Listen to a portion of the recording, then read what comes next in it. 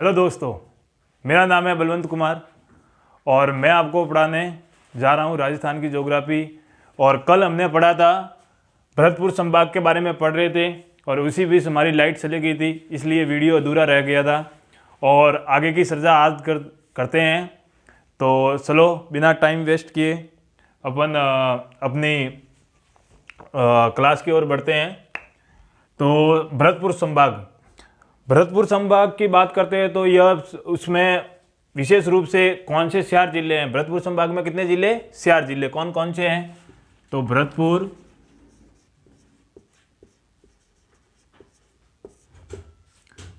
करौली,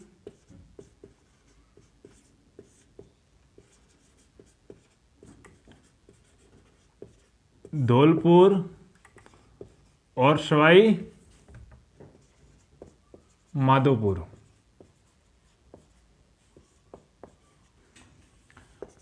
कौन से जिले हैं भरतपुर संभाग में? भरतपुर, करौली, धौलपुर और सवाई माधोपुर जिले हैं। और यह क्षेत्रफल की दृष्टि से सबसे छोटा संभाग है। किससे छोटा संभाग है? क्षेत्रफल की दृष्टि से। तो अपन आगे की बात करते हैं। क्षेत्रफल की दृष्टि से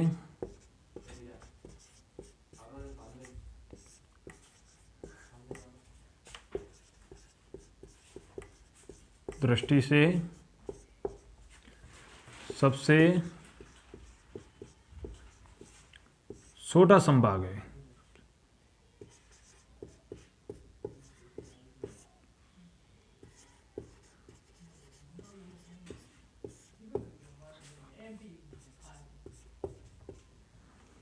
क्षेत्रफल की दृष्टि से सबसे छोटा संभाग कौन सा है? तो भरतपुर संभाग सबसे छोटा संभाग है। और उसका क्षेत्रफल राजस्थान के कुल क्षेत्रफल का कितना % है?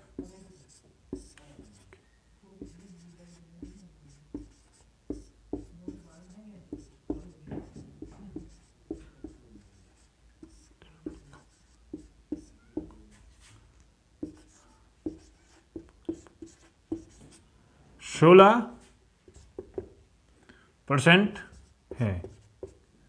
राजस्थान के कुल क्षेत्रफल का कितना है? 5.16% है। और 22 कितना है? 18,122 वर्ग किलोमीटर, ये उसका कुल क्षेत्रफल है। और इसके बाद अपन कोटा संभाग की बात करते हैं।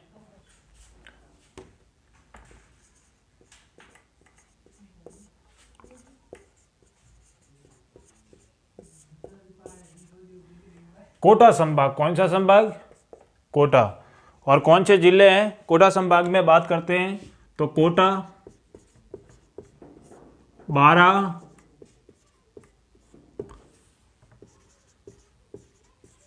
बूंदी और झालावाड़। कोटा संभाग में 4 जिले हैं, कोटा, बूंदी, बारा और झालावाड़। कई बार भी एग्जाम में पूछा जाता है कि कोटा संभाग में कौन से जिले हैं, तो आप ध्यान से पढ़ें और याद रखने की कोशिश करें। और यह जनसंख्या की दृष्टि से सबसे छोटा संभाग है। कौन से? जनसंख्या की दृष्टि से।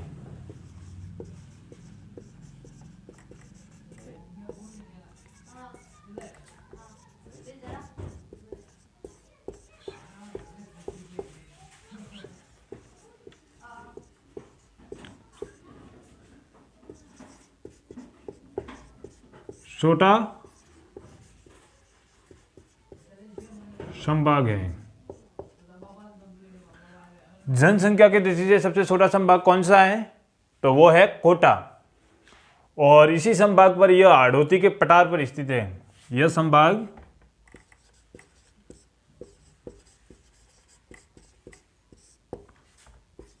हाड़ौती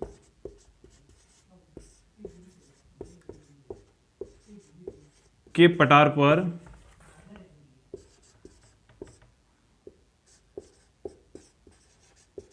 स्थित हैं। और यहाँ पर कौन सी सोल पाई जाती है, कौन सी मिट्टी पाई जाती है? काली मृदा। हाड़ौती के पठार पर कौन सी मृदा पाई जाती है? काली मृदा या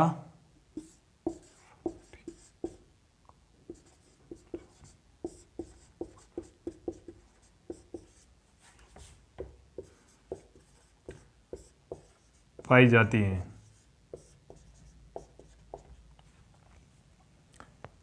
कोटा संभाग की बात करते हैं तो कौन से जिले? कोटा, बारा, बूंदी और झालावाड़। और जनसंख्या दृष्टि से सबसे छोटा संभाग कौन सा है? तो कोटा संभाग। और आगे की बात करें, यह संभाग हड़ौती के पठार पर स्थित है। कौन से पठार पर स्थित है? हड़ौती के पठार पर, जहां पर काली मृदा पाई जाती है, जिसे इंग्लिश में वर्टिकल सॉल भी कहा जाता। और ये राजस्थान का सर्वाधिक नदियों वाला संभाग है। सर्वाधिक नदियां इसी संभाग में राजस्थान की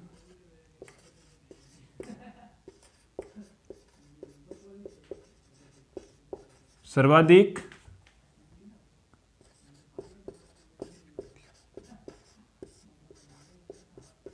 वाला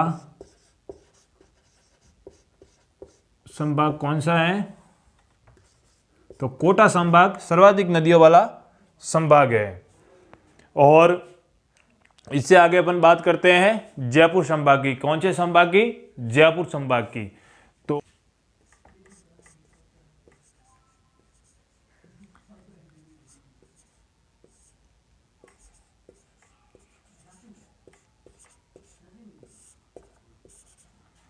जयपुर संभाग, और इसमें कौन कौन से जिले हैं? तो अपन आगे बात करते हैं जयपुर संभाग की। जयपुर,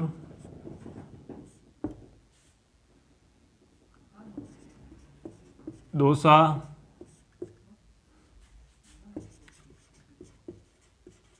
अलवर, झुंझुनू। जयपुर, दौसा, अलवर, झुंझुनू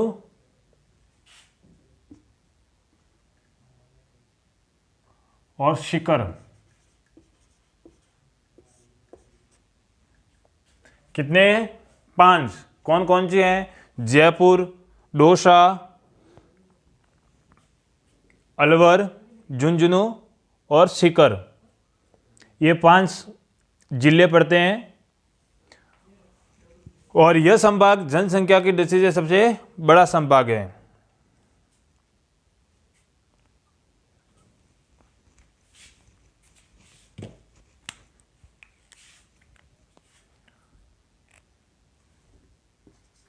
यह संभाग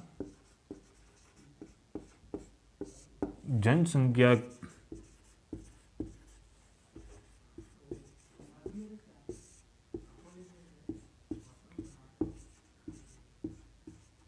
दृष्टि से सबसे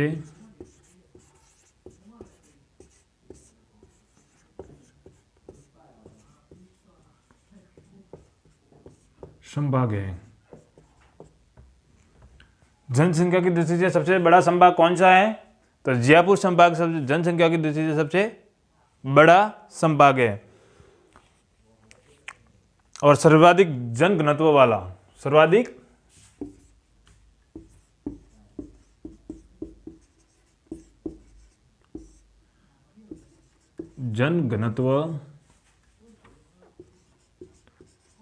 जनघनत्व वाला संभाग, सर्वाधिक जनघनत्व वाला संभाग तो जयपुर संभाग है। और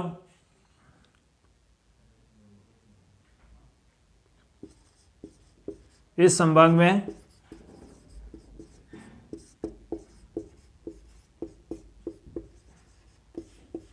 सर्वाधिक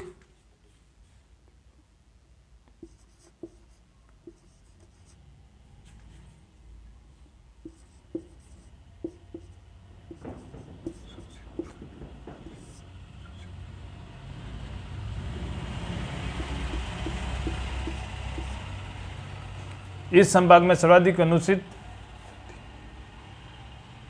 पाई जाती है, अनुसूचित जाति पाई जाती है। तो कई बार एग्जाम में पूछा गया कि सर्वाधिक अनुसूचित जाति कहाँ पर पाई जाती है, तो जयपुर संभाग में। कौन से संभाग में? जयपुर संभाग में। और राजस्थान में सर्वाधिक साक्षरता वाला जिला कौन सा है या संभाग कौन सा है? और सर्वाधिक साक्षरता वाला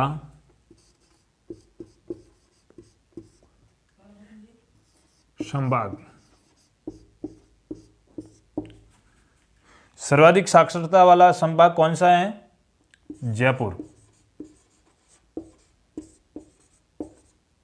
एग्जाम में पूछा गया है कि सर्वाधिक साक्षरता वाला जिला कौन सा है, तो जयपुर से है। और संभाग भी पूछा गया है, तो जयपुर संभाग है। कौन सा? जयपुर, जिसमें जयपुर है, जिसकी हम बात करते हैं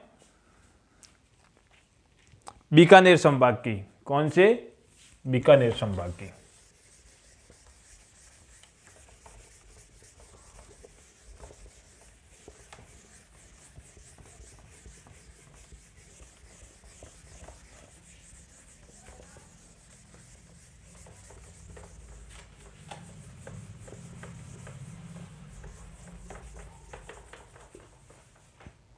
कौन सा संभाग? बीकानेर संभाग।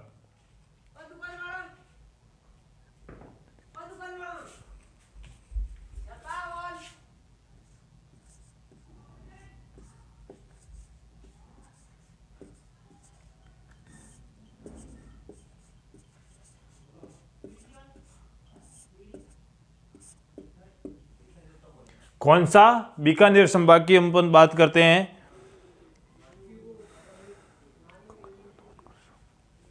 जिसमें जिले हैं, कौन कौन से जिले हैं? बीकानेर,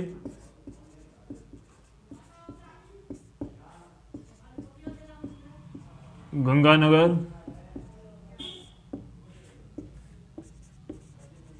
हनुमानगढ़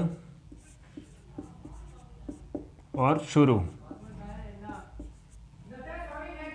बीकानेर संभाग में कौन से जिले हैं? बीकानेर, गंगानगर, हनुमानगढ़ और चूरू। और एक ऐसा यह संभाग है जिसमें एक भी नदी नहीं है।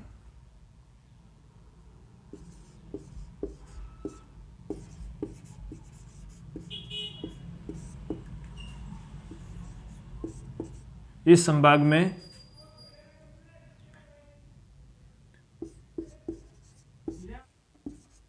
इस संभाग से एक भी नदी नहीं निकलती। वह कौन सा संभाग है? बीकानेर संभाग। और इसके आगे है उदयपुर संभाग। कौन सा? उदयपुर।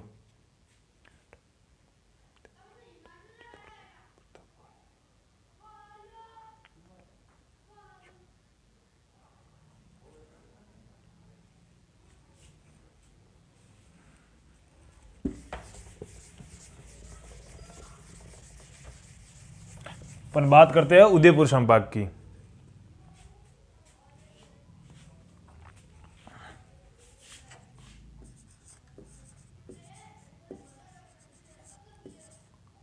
उदयपुर संभाग, बात करते हैं उदयपुर संभाग की। तो उदयपुर संभाग में कौन से जिले हैं? तो बात करते हैं उदयपुर,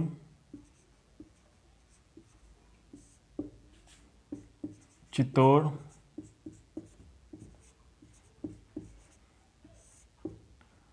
राजसमंद,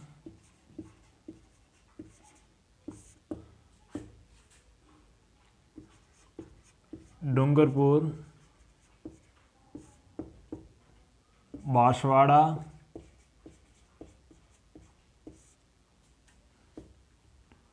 और प्रतापगढ़।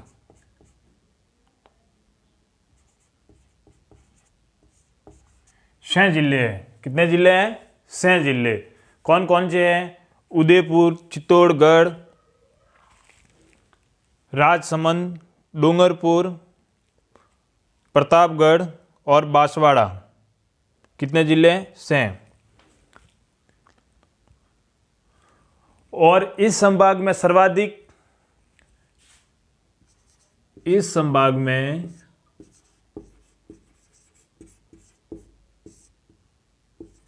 सर्वाधिक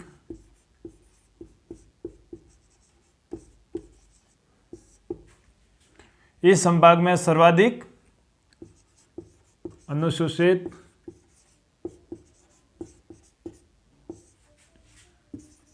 जनजाति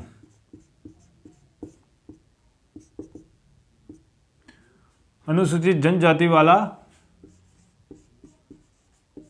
संभाग है।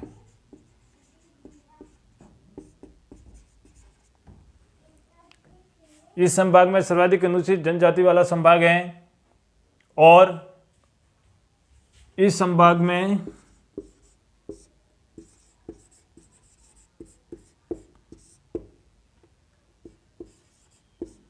सर्वाधिक लिंग अनुपात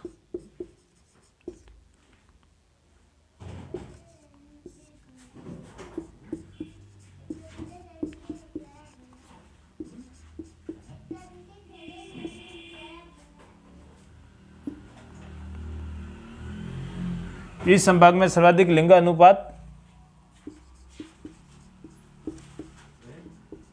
पाया जाता है। और कई बार एग्जाम में पूछा गया कि कौन सा जिला सर्वाधिक लिंग अनुपात है, तो उसका है डूंगरपुर सर्वाधिक।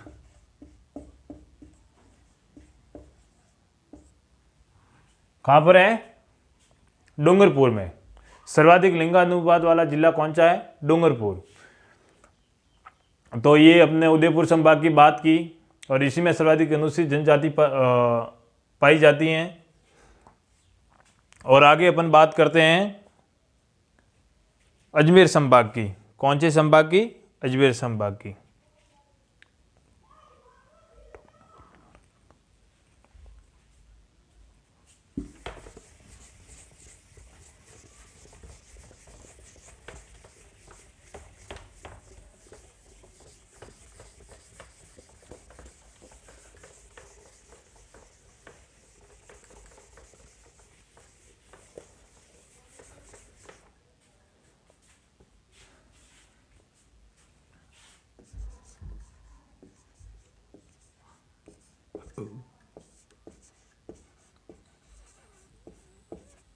अजमेर संभाग कौन कौन से जिले हैं?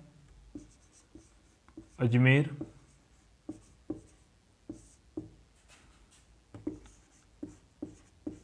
नागौर, अजमेर, नागौर,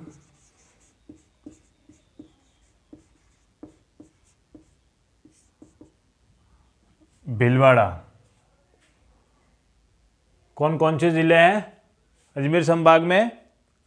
तो अजमेर संभाग में है अजमेर, नागौर, भीलवाड़ा और टोंक। 4 जिले हैं अजमेर संभाग में। और अजमेर संभाग कब बना था? तो आपको याद होगा कि अजमेर जिला कब बना, तो उसके बारे में आगे चर्चा की हुई है।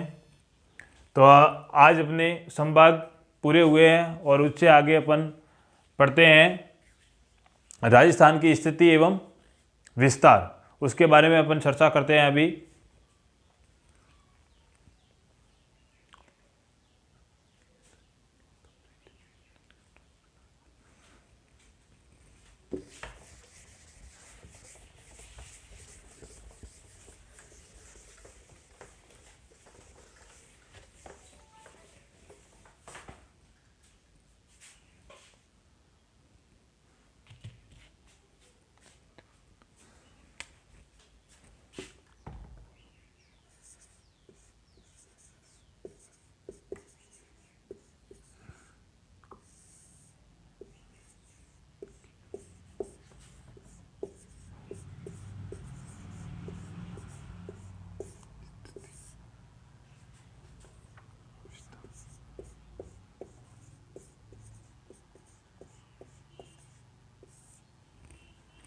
हम बात करते हैं राजस्थान की स्थिति एवं विस्तार के बारे में। तो आगे अपन चर्चा करते हैं राजस्थान की स्थिति और विस्तार के बारे में।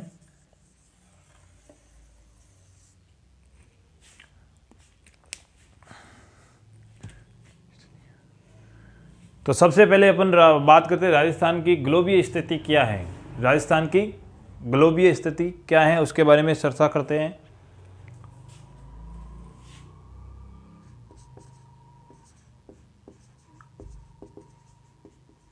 राजस्थान की ग्लोबीय स्थिति।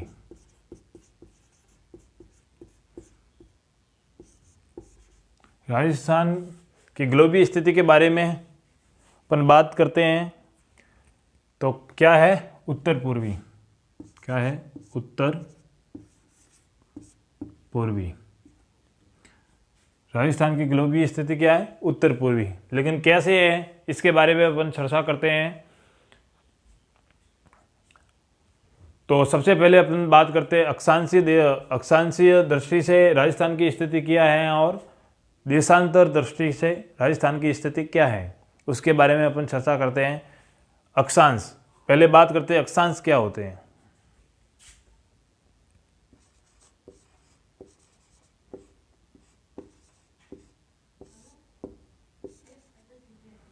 क्या बात करते हैं अक्षांश के बारे में।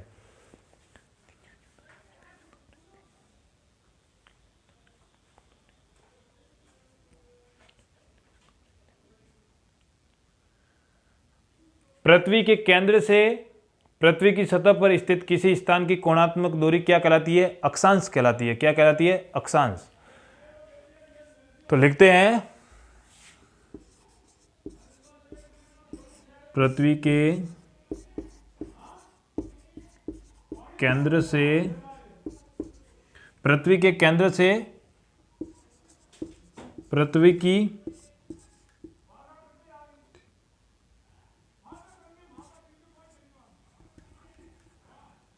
पृथ्वी की सतह से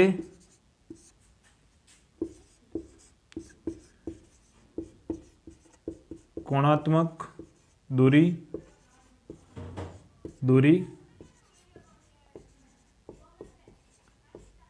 अक्षांश कहलाती है।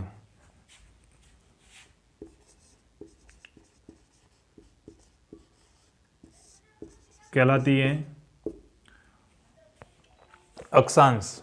और अक्षांश की संख्या कितनी है, अक्षांश रेखाओं की संख्या कितनी होती है तो उसके बारे में बात करते हैं। एक अक्षांश रेखा होती है और एक अक्षांशीय रेखा होती है। तो अपन दोनों की अक्षांश रेखा होती है 181। कितनी होती है 181। और अभी बात करते हैं अक्षांशीय रेखा। अक्षांशीय उसके बारे में भी अपन चर्चा करते हैं।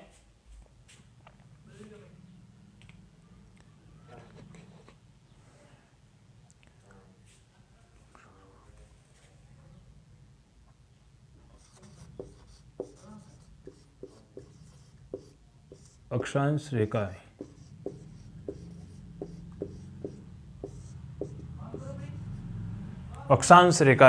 अक्षांश रेखाओं की बात अपन करते हैं।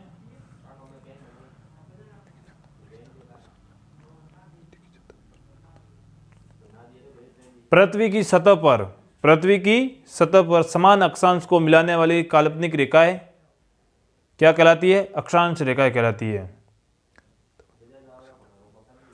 पृथ्वी की सतह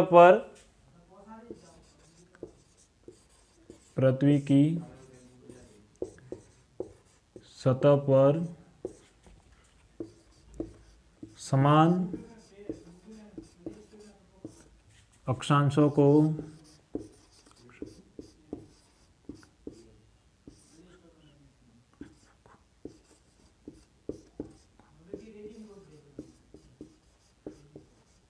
मिलाने वाली रेखाएं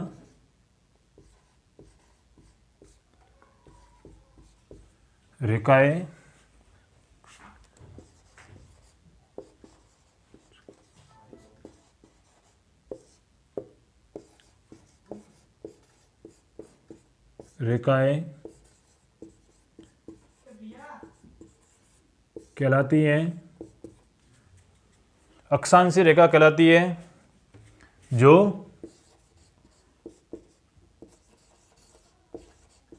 भूमध्य रेखा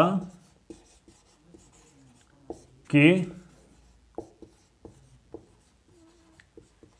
समांतर खींची गई है।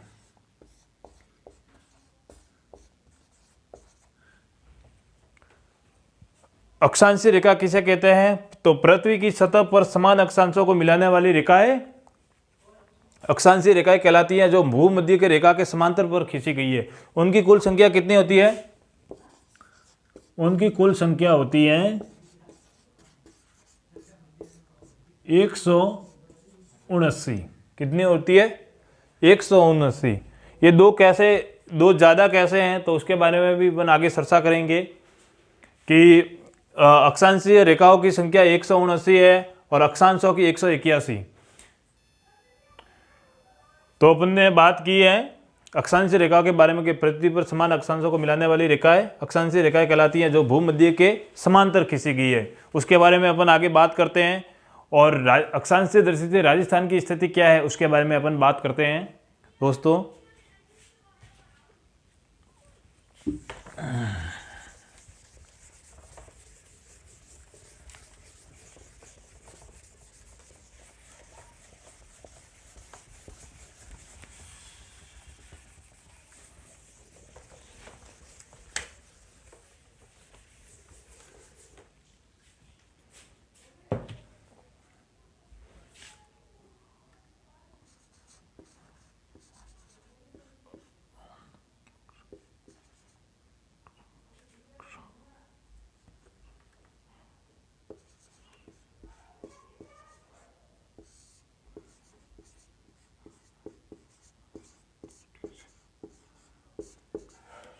अक्षांशीय दृष्टि से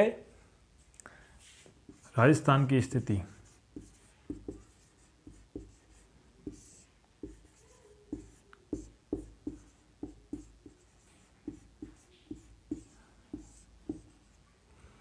अक्षांशीय दृष्टि से राजस्थान की स्थिति क्या है, उसके बारे में अपन बात करते हैं।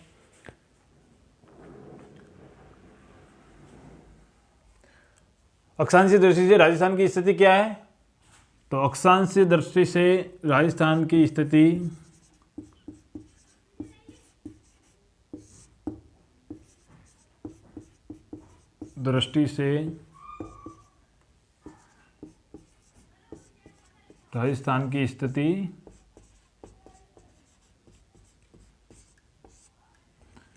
स्थिति उत्तरी गोलार्ध है। क्या है? उत्तरी गोलार्ध।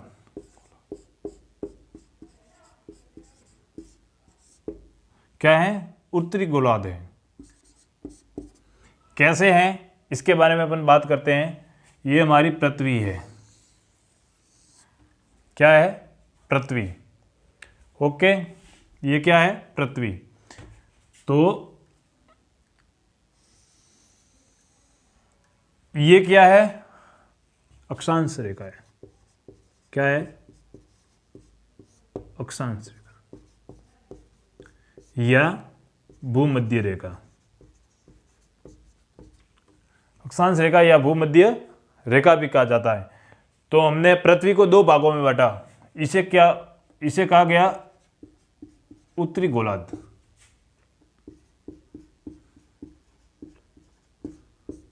और इसे कहा गया दक्षिणी गोलार्ध।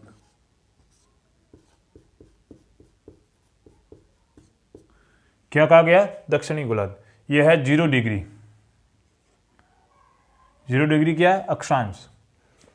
तो राजस्थान है हमारे यहां पर, इस हो रहे हैं।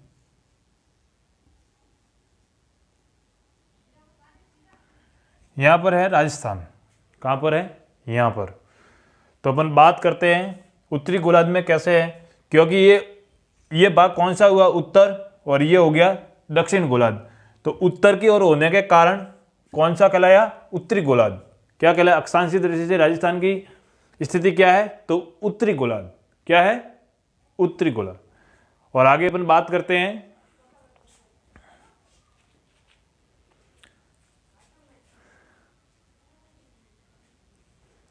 और राजस्थान की यहां से यहां पर रेखा है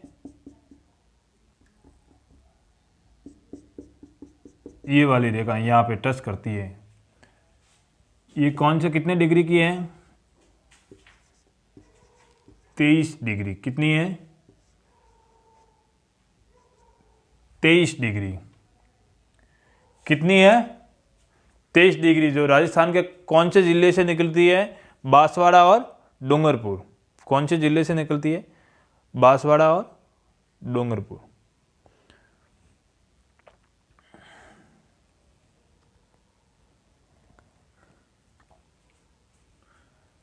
अक्षांश विस्तार कितना है? 23.5 डिग्री 3 मिनट से कितना है? और यहाँ से एक और निकलती है जो है 12। कितना है? 30 डिग्री 12 मिनट।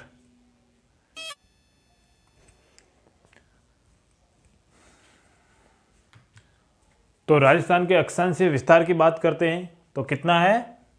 अक्षांशीय राजस्थान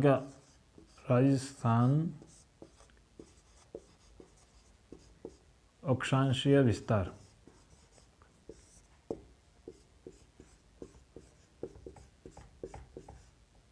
कितना है? तो कितना है? 23.5 डिग्री 3 मिनट से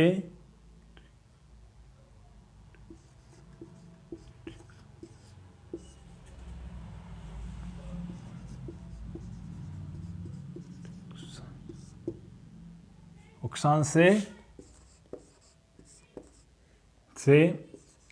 30 डिग्री 12 मिनट उत्तरी अक्षांश।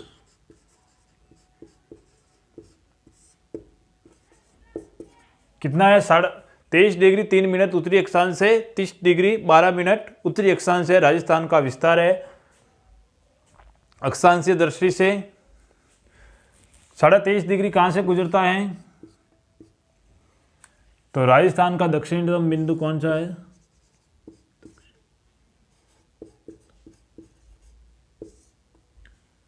बिंदु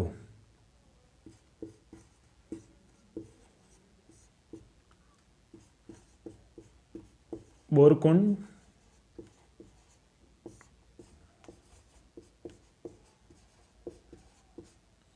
बांसवाड़ा जिले से।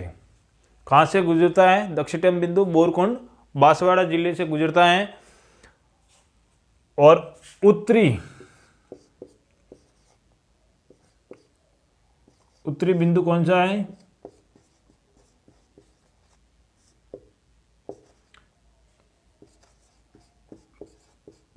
कोणागांव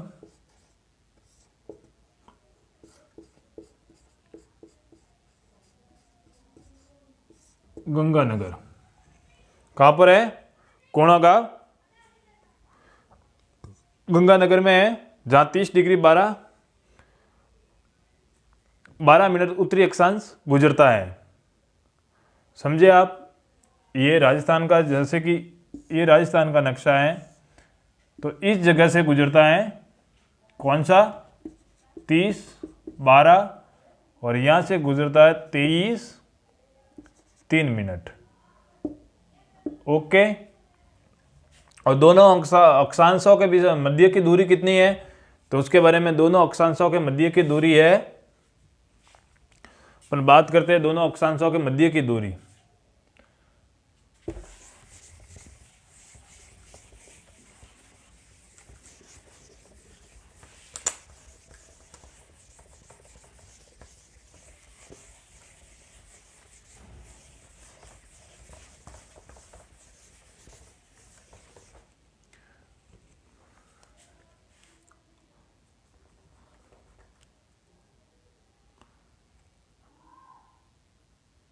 दोनों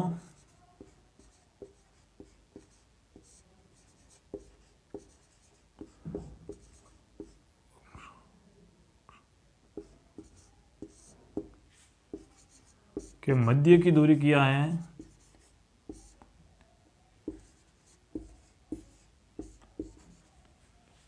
मध्य का अक्षांश कौन सा है? तो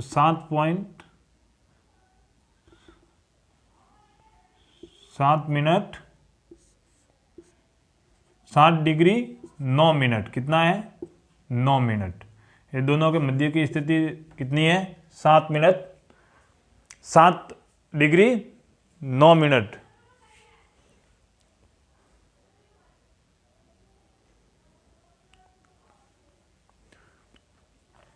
और दोनों उत्तरी बिंदु कोणार्क, राजस्थान के उत्तरी बिंदु कोणार्क गंगानगर से बोरकुंड बांसवाड़े के दोनों के बीच की दूरी कितनी है? तो उसके बारे में अपन बात करते हैं। दोनों के बीच की दूरी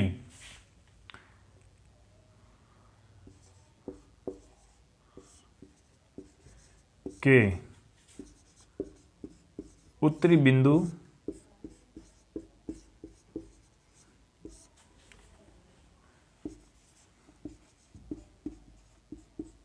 कोणार्क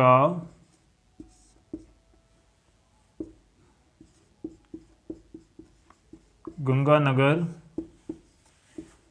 से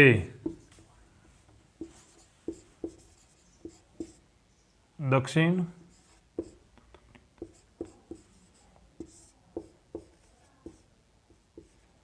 बिंदु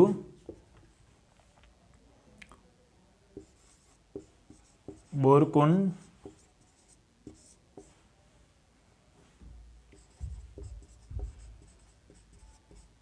बांसवाड़ा के मध्य की दूरी कितनी है? 826 किलोमीटर। कितनी है? 826 किलोमीटर। गंगानगर कोणार्क गंगानगर से बोरकुंड बांसवाड़ा के दोनों के मध्य की दूरी कितनी है? 826 किलोमीटर है।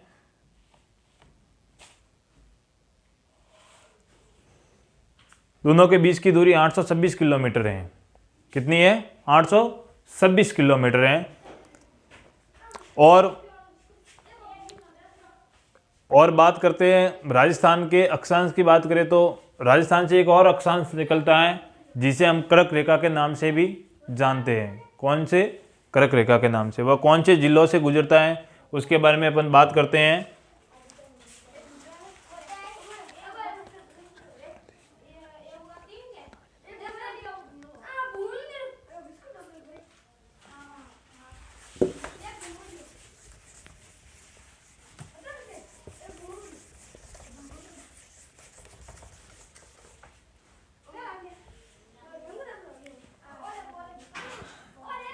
बात करते हैं 23.5 डिग्री अक्षांश। 23.5 डिग्री अक्षांश की बात करें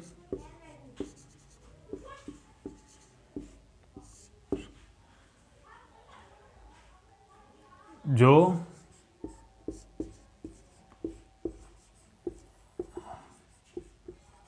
राजस्थान के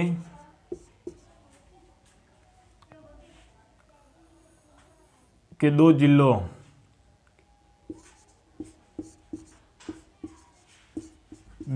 से गुजरता है। 23.5 डिग्री अक्षांश जो राजस्थान के दो जिलों से गुजरता है। कौन कौन से जिले हैं? वह कौन से जिले हैं? तो वो जिले हैं बांसवाड़ा और डूंगरपुर।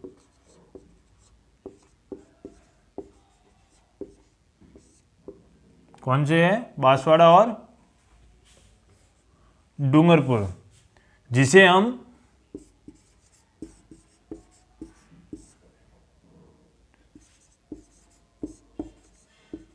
कर्क रेखा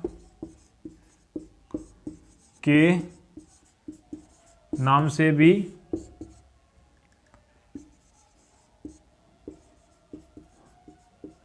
जानते हैं। कई बार एग्जाम में पूछा गया है कि कर्क रेखा कौन से दो जिलों से गुजरती है, तो बांसवाड़ा और डूंगरपुर। और सबसे ज़्यादा कौन से जिलों से निकलती है, सबसे ज़्यादा उसकी लंबाई कहाँ पर है, तो बांसवाड़ा में ज़्यादा लंबाई कौन से जिले में है, बांसवाड़ा में।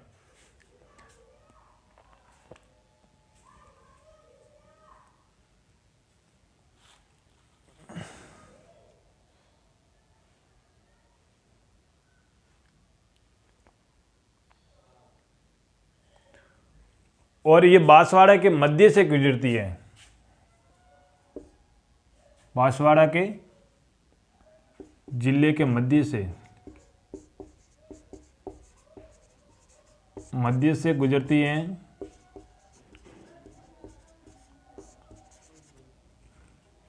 किसके मध्य से गुजरती है, तो बांसवाड़ा जिले के मध्य से गुजरती हैं। और डूंगरपुर के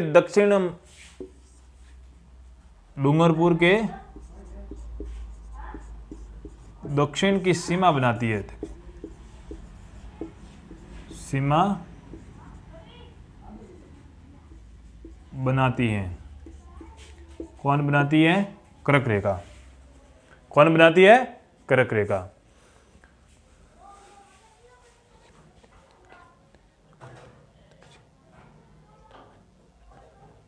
और कई बार एग्जाम में यह भी पूछा गया है कि राजस्थान की कौन सी तहसील है जो कर्क रेखा के दक्षिण में एकमात्र तहसील कौन सी है, तो वह कौन सी तहसील है, तो कुंभलगढ़। कौन सी है, खुसलगढ़, सॉरी खुसलगढ़। कौन सी है, खुसलगढ़।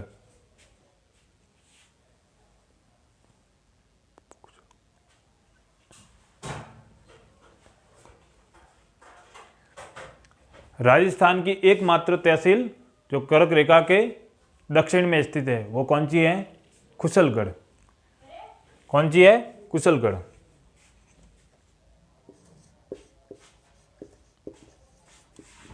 राजस्थान की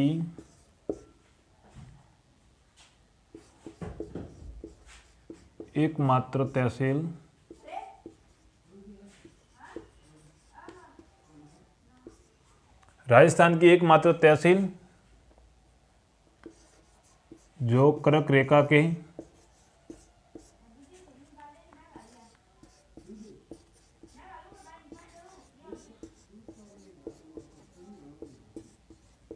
दक्षिण में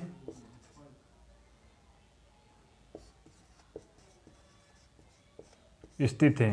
कौन सी है, कुशलगढ़।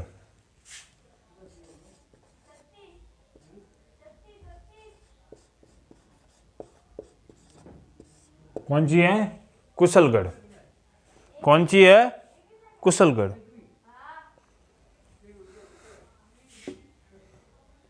कौन सी है, कुशलगढ़ तहसील जो कौन से जिले में है, बांसवाड़ा में। कौन से जिले में है, बांसवाड़ा जिले में स्थित है।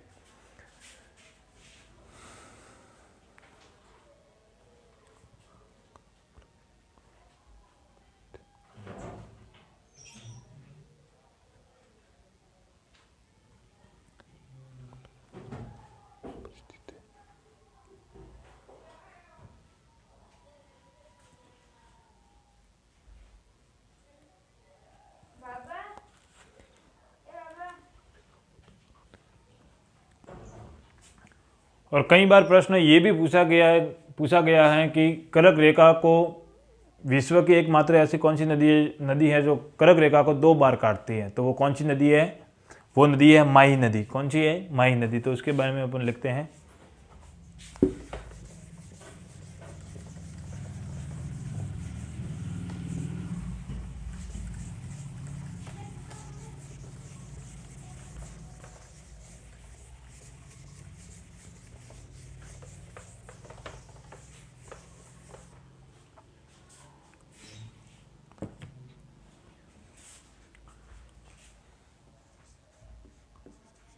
माही नदी।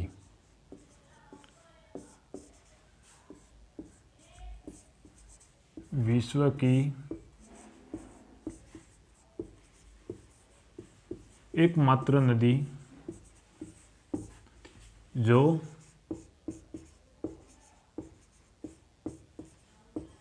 कर्क रेखा को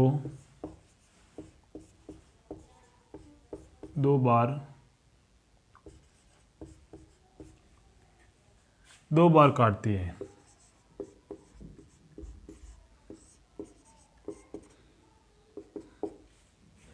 विश्व की एकमात्र नदी जो कर्क रेखा को दो बार काटने वाली नदी कौन सी है? वह है माही नदी। कौन सी है? माही नदी।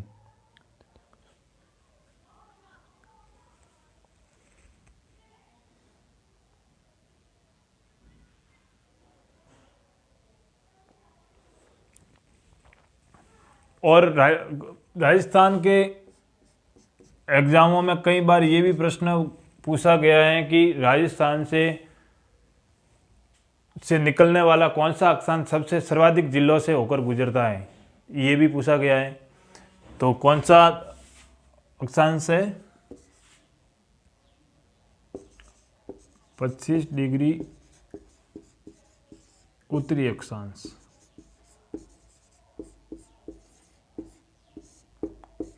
जो राजस्थान के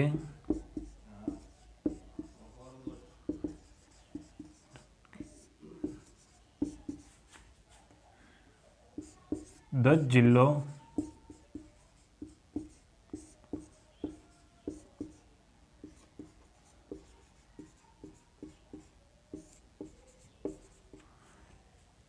ये कई बार एग्जाम में पूछा गया है कि कौन सा अक्षांश राजस्थान के 10 जिलों से गुजरता है, तो वो 25 डिग्री उत्तरी अक्षांश जो राजस्थान के 10 जिलों से गुजरता है।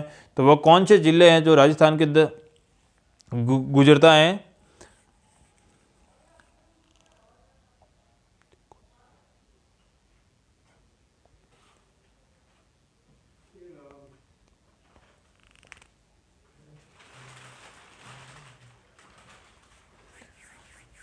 कौन सा है? तो बात करते हैं अपन सिरोही, पाली, जालोर, राजसमंद,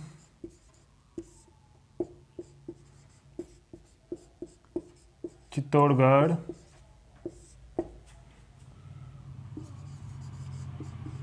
भीलवाड़ा, बूंदी, बारा,